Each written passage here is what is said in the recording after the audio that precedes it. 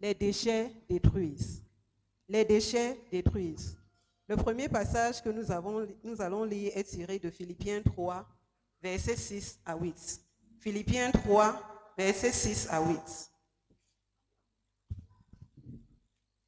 Philippiens 3, versets 6 à 8, version Louis II, je lis. Quant aux zèles, persécuteurs de l'Église irréprochables à l'égard de la justice de la loi, mais ces choses qui étaient pour moi des gains, je les ai regardées comme une perte à cause de Christ. Et même je regarde toutes choses comme une perte à cause de l'excellence de la connaissance de Jésus-Christ, mon Seigneur, pour lequel j'ai renoncé à tout et je l'ai regardé comme de la boue afin de gagner Christ. L'apôtre Paul parle ici des choses qu'il faisait dans son ancienne vie. Ces choses sont maintenant pour lui une perte, des déchets. Elles sont devenues inutiles pour lui et pour les autres. Quand on continue de garder les restes qui sont déjà expirés, elles deviennent nauséabondes, nocives et destructrices pour l'environnement. Que faire alors des restes? On doit les délaisser, on doit les jeter. Que sont les restes, les déchets dans notre vie, enfants de Dieu? Nous allons lire le second passage qui est tiré de Romains 1, versets 28 à 32. Romains 1, 28 à 32. Je lis.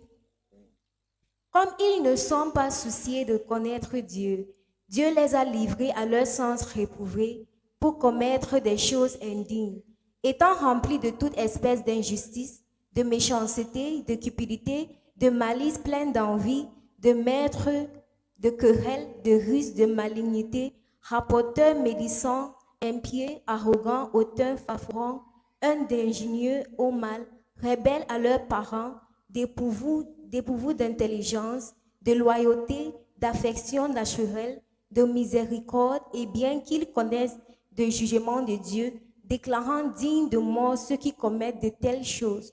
Non seulement ils les font, mais ils approuvent ceux qui les font. Le passage donne une liste de déchets qui encombrent nos vies. 2 Corinthiens 16, 12 à 13, 2 Corinthiens 5, 12 à 13 parle également de ces déchets-là. Les arrogants, les médisants, les impies et ceux qui pratiquent toute espèce de mal, qui ont gardé des déchets dans leur vie, le verset 32 dit qu'ils sont dignes de mort. Si tu pratiques encore ces choses, tu dois te repentir et abandonner ces restes que toi-même tu appelles pourtant insensés. 1 Corinthiens 4, verset 4 dit que le Dieu de ce monde a aveuglé ceux qui sont dans ce monde afin qu'ils ne voient pas, qu'ils se repentent et qu'ils soient sauvés. Mais au nom de Jésus aujourd'hui, tes yeux sont ouverts. Amen. Les déchets détruisent. Comment les déchets nous détruisent-ils? 2 Corinthiens 6, verset 12 dit que tout m'est permis, mais tout n'est pas utile. Tout m'est donc permis, mais tout ne bénéficie pas. Tout ne grandit pas, tout ne fait pas prospérer. Comment les déchets nous détruisent-ils justement? 1. Les déchets nous font perdre l'amitié des autres. Et les déchets nous font vivre dans l'isolation. 1 Corinthiens 5, verset 11 dit que les bien-aimés doivent isoler celui qui vit et qui transporte les déchets. Celui qui est une mauvaise graine. 2. Les déchets conduisent à la perte de ta relation avec Dieu. Si tu transportes des restes, le Saint-Esprit ne peut pas demeurer en toi. 3. Les déchets te font perdre les opportunités. Enfant de Dieu, refuse de perdre ce que Dieu t'envoie pour te faire prospérer. Certains chrétiens sont au même niveau parce qu'ils gardent encore des choses qu'ils pratiquaient dans leur vie passée. Abandonne-les et rentre au Seigneur maintenant. La Bible dit que ceux qui gardent les déchets méritent la mort. C'est ce que nous avons dit tout à l'heure. La mort n'est pas seulement la mort physique, elle est aussi spirituelle et elle affecte tous les autres domaines de la vie de ceux qui gardent et transportent les déchets. Quatrièmement, les déchets te font perdre l'héritage du royaume de Dieu. On ne verra pas le Seigneur à la fin, on aura tout perdu sur terre et pour l'éternité. Les déchets détruisent. Que faire des déchets? Comment s'en débarrasser? 1. Il faut avoir de la connaissance de la parole de Dieu. Il faut savoir ce qu'il attend de toi. Rapproche-toi donc de la parole de Dieu et tu sauras ce qu'il attend de toi, ce qu'il veut que tu fasses.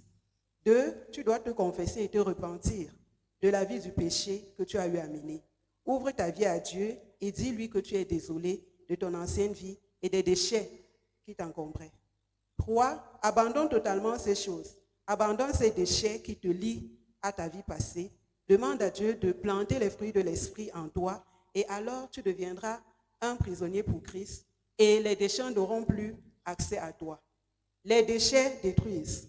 Comment est la vie sans les déchets? Beaucoup voient la vie dans le péché comme une mesure de sécurité. Pourtant, ces choses sont source d'insatisfaction et de destruction. 1. Les bénéfices nombreux sont rattachés à la vie sans les déchets. Tu as la joie, tu as la paix et bien d'autres avantages. 2. Dieu te purifie, il te rend plus blanc que neige. Il oublie ton passé et te plonge dans des choses qui l'honorent. 3. Tu prospères et tu manges les meilleures productions du fruit. C'est ce que nous pouvons lire dans Isaïe 1, verset 19 à 20. Dieu te donne les bonnes choses qu'il a créées selon ce que nous avons lu dans le livre de Genève. Tu auras du succès dans toutes tes entreprises. 4. Tu recevras la vie éternelle.